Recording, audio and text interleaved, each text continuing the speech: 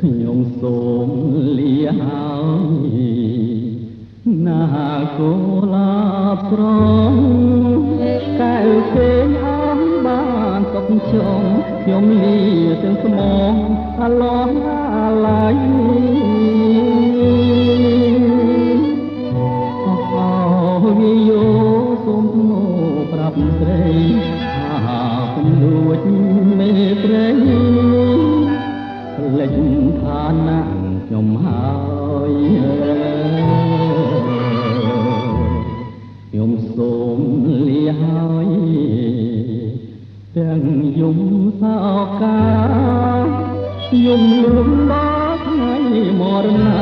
អង្ចាធ្វើមិនដេចបានឃើញភក្ត្រស្រី